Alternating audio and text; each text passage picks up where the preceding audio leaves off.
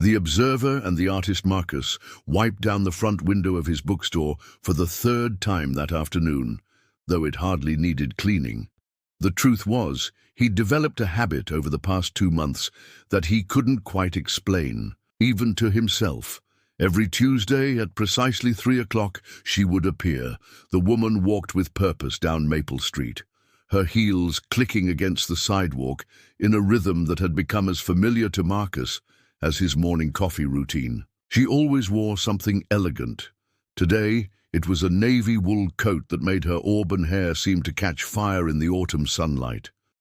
But it was her face that held his attention, the way sadness seemed to live in the corners of her mouth despite her composed exterior.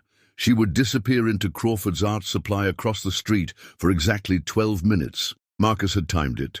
Old Pete, who ran the coffee shop next to Crawford's, had mentioned her routine to anyone who would listen. "Same thing every week," Pete had told Marcus during their usual Thursday chess game. "Charcoal pencils, sketch paper, and 1 red rose from that fancy florist 2 blocks down. Never speaks more than necessary, pays in cash, tips well, polite as can be, but there's something—" Pete had paused, searching for words. "Something broken about her, you know?" Marcus did know, though he couldn't say why. Perhaps it was the photographer's eye he'd developed during his previous career, before inheriting the bookstore from his aunt. He'd learned to read faces, to catch the stories people carried in the set of their shoulders or the way they held their hands. This woman, he'd started thinking of her as the Tuesday lady, held her hands like someone accustomed to creating beautiful things, but her posture suggested she was always ready to run. Today, as she emerged from Crawford's with her familiar brown paper bag, something made her pause. She turned toward his bookstore window, and for a moment, their eyes met. Through the glass, Marcus felt his breath catch. Her eyes were the color of storm clouds, beautiful and turbulent, and filled with such profound loneliness that he had to resist the urge to step outside and offer whatever comfort he could. But the moment passed. She looked away quickly, almost guiltily, and continued down the street with those same purposeful steps. Marcus watched until she turned the corner onto Oak Avenue, wondering for the 100th time who she was and why she seemed to carry the weight of the world in such graceful shoulders. Jenny, his part-time assistant, emerged from the back room with a stack of new releases. "You're doing it again," she said with the gentle teasing of someone half his age who'd appointed herself his unofficial matchmaker. "Doing what?" "Watching the Mystery Woman." Jenny began arranging books on the display table. "You know, Marcus, normal people just go introduce themselves. It's called human interaction." Marcus turned away from the window, embarrassed. "It's not like that. She seems like she needs privacy." "Or maybe she needs a friend," Jenny suggested quietly. "You never know what people are carrying around inside. Sometimes the most elegant packaging holds the most fragile contents." As Marcus returned to cataloguing inventory, Jenny's words echoed in his mind. He thought about the red rose the woman bought each week, wondering who it was for and why she never seemed to smile when she carried it. Tomorrow was Wednesday, which meant 6 more days until he might see her again. He was already counting them. The accidental meeting. The storm arrived without warning on a Thursday afternoon, transforming the gentle October drizzle into a torrential downpour that sent pedestrians scrambling for cover. Marcus was arranging a display of mystery novels when the bell above his door chimed urgently. She stumbled inside, breathless and soaked, her usually pristine appearance disheveled by nature's sudden fury. Water dripped from her auburn hair onto the hardwood floor, and her elegant coat clung to her frame like a second skin. For the first time, Marcus saw her without the careful composure that had intrigued him for months. "I'm sorry," she said, her voice softer than he'd imagined. "I don't mean to drip all over your store. The storm just came out of nowhere." "Please, don't apologize." Marcus grabbed a clean towel from behind the counter. "Here, this should help." She accepted the towel gratefully, and Marcus caught the faint scent of lavender and charcoal dust that seemed to cling to her. Up close, he could see the callus on her right index finger, the slight stain of graphite under her fingernails, the hands of someone who drew constantly. "You're an artist," he said, then immediately felt foolish for stating the obvious. A small smile flickered across her lips. "Guilty as charged, though I suppose my hands give me away." She looked around the bookstore with genuine interest. "This is a beautiful space, very peaceful. It's been in my family for 30 years. I inherited it from my aunt last spring." Marcus found himself wanting to keep her talking, to hold on to this unexpected moment. "I used to be a photographer, actually. There's something about capturing moments, preserving them, that makes people feel less alone," she finished quietly, understanding lighting her storm-colored eyes. They stood in comfortable silence for a moment, listening to rain hammer against the windows. Marcus noticed the way she unconsciously positioned herself, with a clear view of both the front door and the back exit, a habit that spoke of careful vigilance. "I'm Vivian," she said suddenly, as if making a decision. "Marcus." He gestured toward the small reading area near the window. "Would you like some coffee while you wait out the storm? I keep a pot brewing in the back." Vivian hesitated, glancing toward the door, then nodded. "That would be lovely." As Marcus prepared the coffee, Jenny emerged from the children's section, leading a small boy by the hand. The child, perhaps 7 years old, clutched a picture book about dragons and had chocolate smudged on his cheek. "Thomas here can't find his mum," Jenny explained. "She was browsing the poetry section, but—" "Mummy!" Thomas broke free and ran toward the front of the store, where a frantic-looking woman had just entered, shaking rain from her umbrella. Marcus watched Vivian's reaction to the reunion. Her entire body went rigid, and her coffee cup trembled slightly in her hands. The joy on the mother's face as she swept Thomas into her arms seemed to cause Vivian physical pain. She turned away quickly, staring intently out the rain-streaked window. "Beautiful, isn't it?" Marcus said gently, settling into the chair across from her. "The way children can just trust that their parents will find them." "Yes," Vivian whispered, but her voice carried a weight of longing that made Marcus's chest tighten. "Some children are very lucky." The storm passed as quickly as it had arrived, leaving the street glistening under weak sunlight. Vivian set down her empty cup and gathered her things with the same purposeful movements he'd observed from across the street. "Thank you, Marcus, for the shelter, the coffee, the kindness."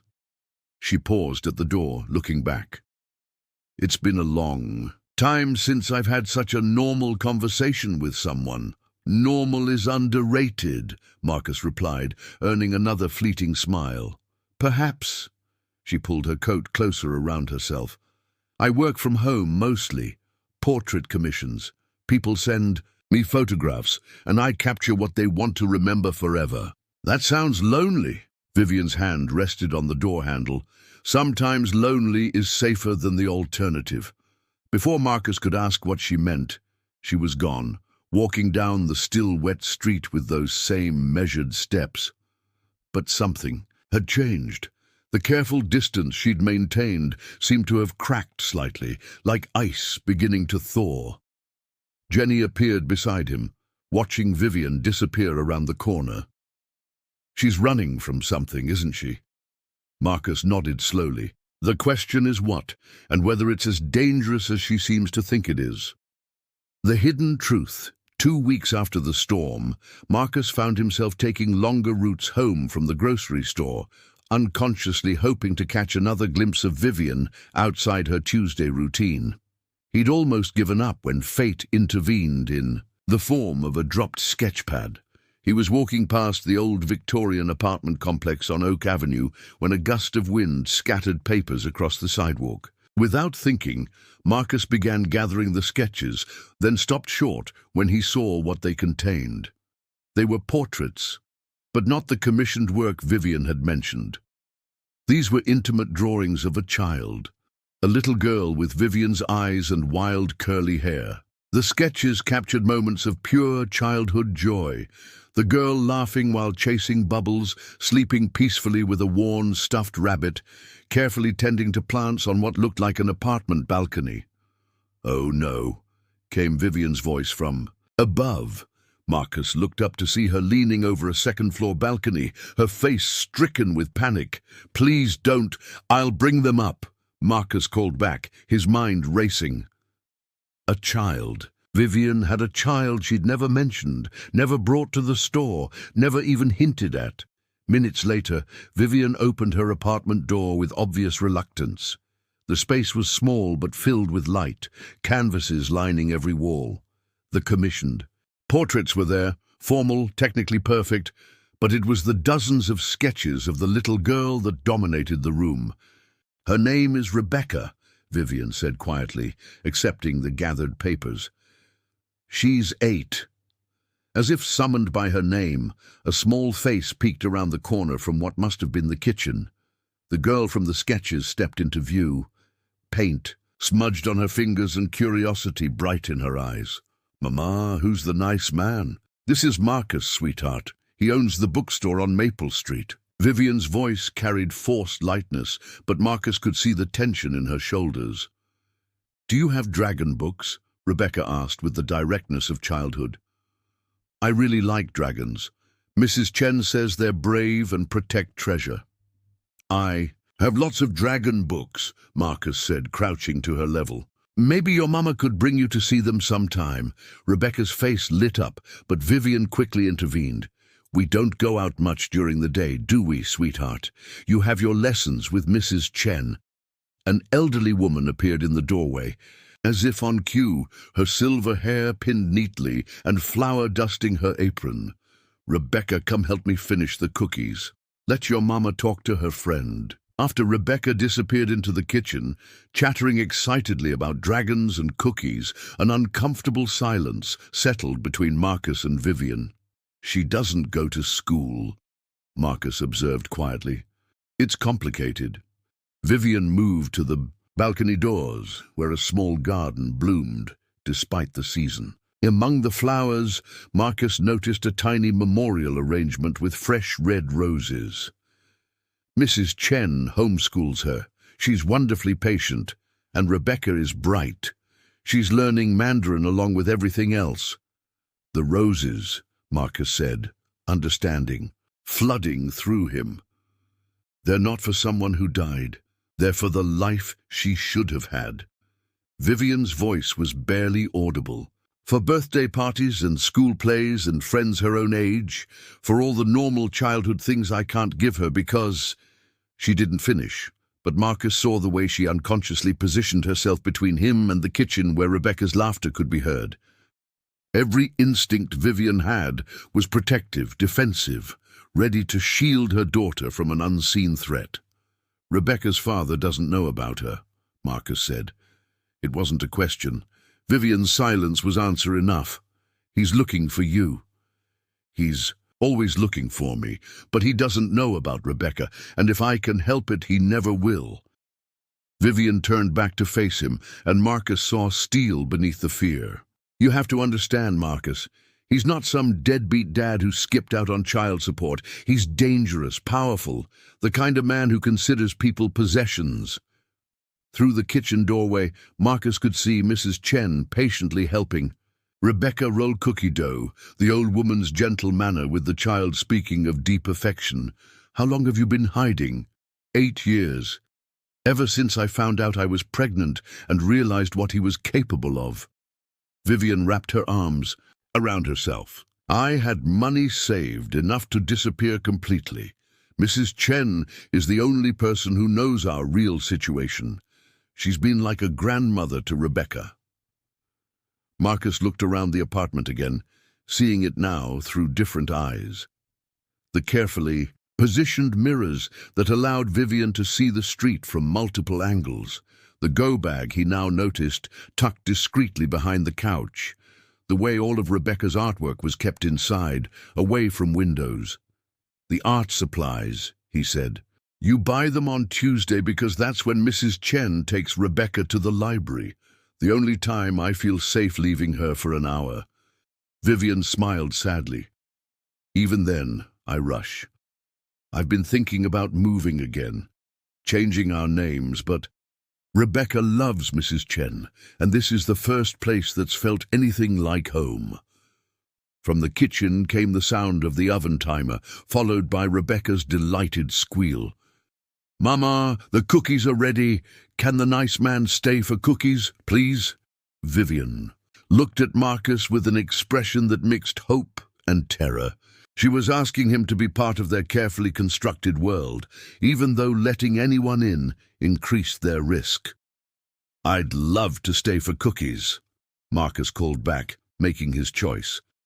"But only if there are enough for everyone."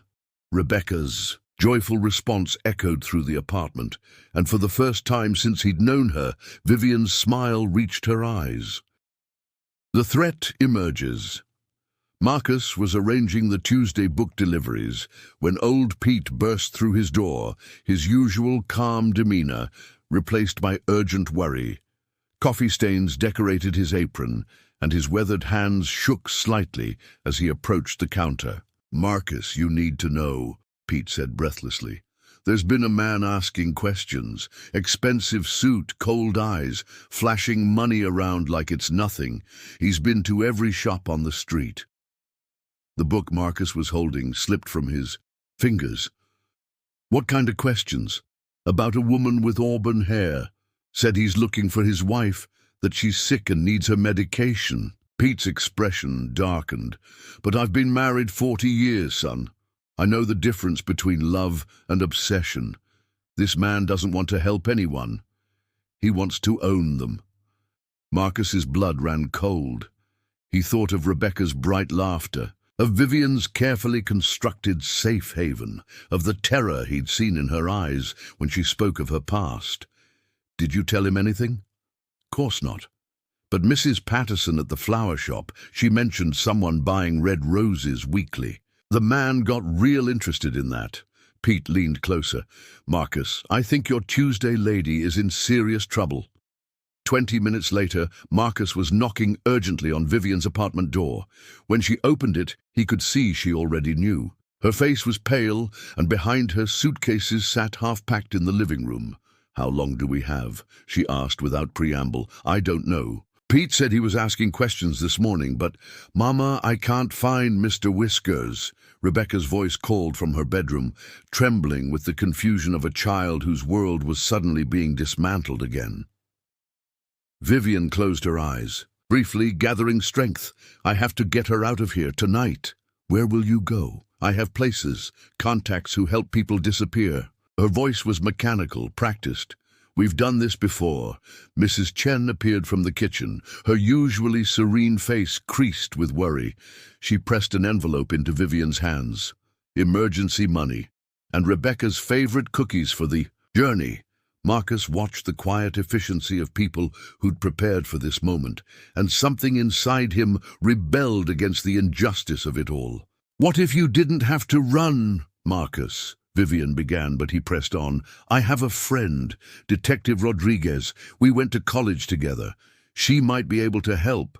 Vivian shook her head frantically. "You don't understand. Rebecca's father isn't just dangerous. He's Judge Harrison Blackwell, Fifth Circuit Court. His family owns half the politicians in 3 states. The police, the courts, the social services, they're all compromised when it comes to him." The name hit Marcus like a physical blow. Even he'd heard of Harrison Blackwell, the youngest judge ever appointed to the federal bench, known for his ruthless interpretation of the law and his family's political influence. "All the more reason to fight back properly," Marcus insisted. "Carmen Rodriguez works federal cases now. Public corruption, organized crime. She's clean, Vivian, and she's tough." Before Vivian could respond, Rebecca appeared in the doorway, clutching a worn, stuffed rabbit. Her eyes were red from crying. "Are we moving again, Mama? I don't want to leave Mrs. Chen and the dragon books." Vivian knelt beside her daughter, smoothing her wild curls with infinite tenderness. "Sometimes we have to make difficult choices to keep the people we love safe, sweetheart." "But I like it here," Rebecca whispered. "I was going to show Marcus my drawings of the garden tomorrow." Marcus felt his heart break at the resignation in the child's voice. She was too young to understand, but old enough to recognize the pattern of disruption that had defined her short life. "What if," Marcus said carefully, "we found a way for you to stay, to have friends and go to school and never have to run again?" "That's impossible," Vivian said, but Marcus caught the flicker of desperate hope in her eyes. "Let me call Carmen. Just let me try." Marcus pulled out his phone. "If Harrison Blackwell is as corrupt as you say, there might be federal interest in his activities. Sometimes the best way to stop a predator is to shine a very bright light on their behavior." Vivian stood slowly, her internal war visible on her face. 8 years of running warred with a mother's desire to give her child a normal life. "Mama," Rebecca said quietly, "Mrs. Chen taught me that brave people don't run away from dragons. They make friends with other brave people and face them together, out of the mouths of babes," Mrs. Chen murmured in Mandarin, then translated. "The child speaks wisdom beyond her years." Vivian looked at Marcus for a long moment, and he could see her weighing 8 years of careful survival against the possibility of freedom. Finally, she nodded. "One phone call," she said, "but if your friend can't help, we leave tonight. I won't risk Rebecca's safety on hope alone." Marcus dialed Carmen's number, praying that 8 years of friendship and respect would be enough to convince her to take on one of the most powerful judicial families in the country. As the phone rang, he caught sight of Rebecca's latest drawing on the refrigerator, a picture of their building surrounded by flowers, with stick figures of herself, Vivian, Mrs. Chen, and now Marcus standing in front like guardians. Some things Marcus thought were worth fighting for. The final choice detective Carmen Rodriguez arrived at dawn with 2 federal agents and a briefcase full of evidence that would change everything. Marcus had never been so grateful for old friendships as he watched her embrace Vivian with the fierce protectiveness of someone who'd spent years fighting for the powerless. "Harrison Blackwell has been on our radar for months," Carmen explained as they gathered in Marcus's bookstore before opening hours. "Judicial misconduct, bribery allegations, witness intimidation. We just needed someone brave enough to testify." "I can't," Vivian said immediately. "If he finds out about Rebecca—" "He already knows." Carmen's words fell like stones into still water. "His private investigator filed a report yesterday. Birth records, school enrollment searches, medical records. He's connected the dots, Vivian. Running won't help anymore." The color drained from Vivian's face. Upstairs in Marcus's apartment, Rebecca was having breakfast with Mrs. Chen, blissfully unaware that her hidden world was crumbling. "But we have something he doesn't expect," Carmen continued. "Community support and federal protection. Marcus tells me half the neighborhood is ready to stand with you." It was true.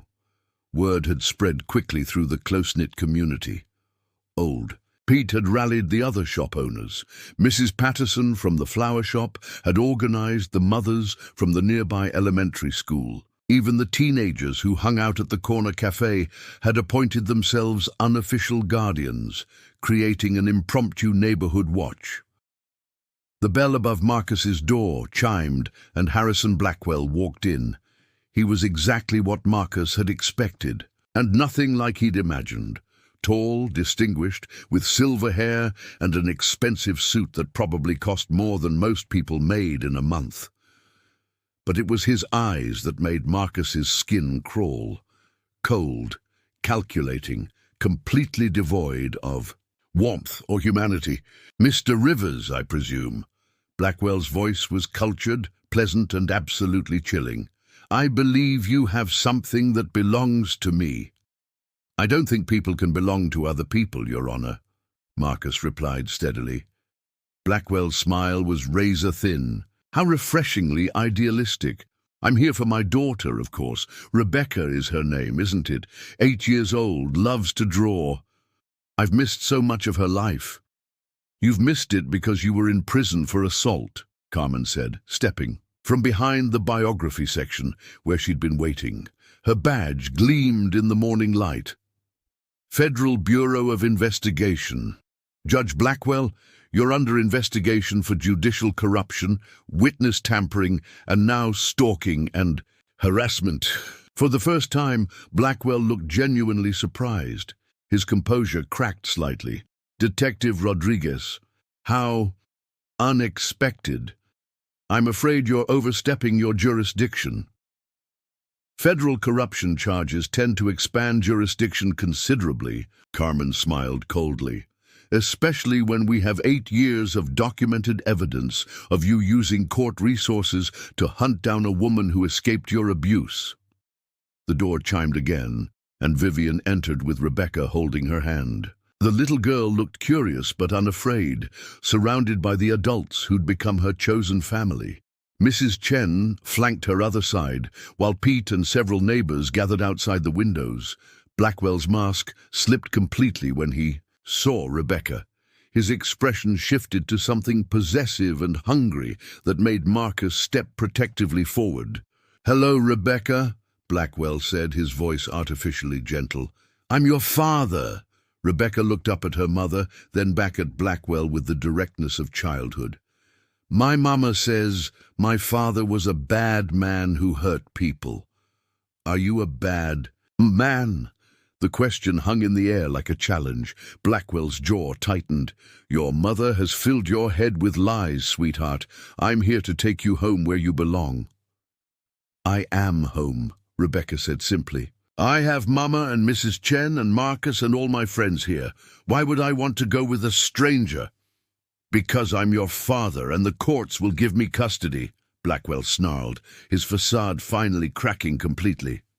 "Actually," Carmen said, producing a thick folder, "the courts are going to be very busy dealing with your upcoming federal charges. Fraud, bribery, abuse of power, stalking, and harassment. We've been building this case for years, but Vivian's testimony about your history of abuse was the final piece we needed." Marcus watched Blackwell's face cycle through rage, calculation, and finally defeat, as he realized the trap had already closed around him. The community that had sheltered Vivian and Rebecca wasn't backing down. The federal investigation was real, and his power had limits after all. "This isn't over," Blackwell said as Carmen's agents moved to escort him out. "Yes, it is," Vivian said quietly, speaking to him directly for the first time. "You took 8 years of my daughter's childhood, but you won't take another day. Rebecca, say goodbye to the bad man. You'll never have to see him again." Rebecca waved politely as Blackwell was led away, then tugged on Marcus's sleeve. "Can we hang my drawings in the bookstore window now? Mrs. Chen said people like to see beautiful things when they walk by." 6 months later, Rebecca's artwork decorated the front window of Marcus's bookstore, bright splashes of color that drew smiles from everyone who passed. She attended the local elementary school now, had friends her own age, and still spent afternoons with Mrs. Chen learning Mandarin and the art of patience. Vivian's commissioned portraits had evolved too. Instead of capturing what people wanted to remember, she now painted what they hoped to become. Her work hung in galleries across the city, no longer hidden but celebrated, and every Tuesday at 3 o'clock she still visited the art supply store. But now she brought Rebecca with her, and they always stopped at Marcus's bookstore afterward for hot chocolate and stories about brave dragons who learned that the strongest magic was the love of chosen family. Some mysteries, Marcus had learned, weren't meant to be solved alone. They were meant to be transformed by community, courage, and the revolutionary act of refusing to let fear win.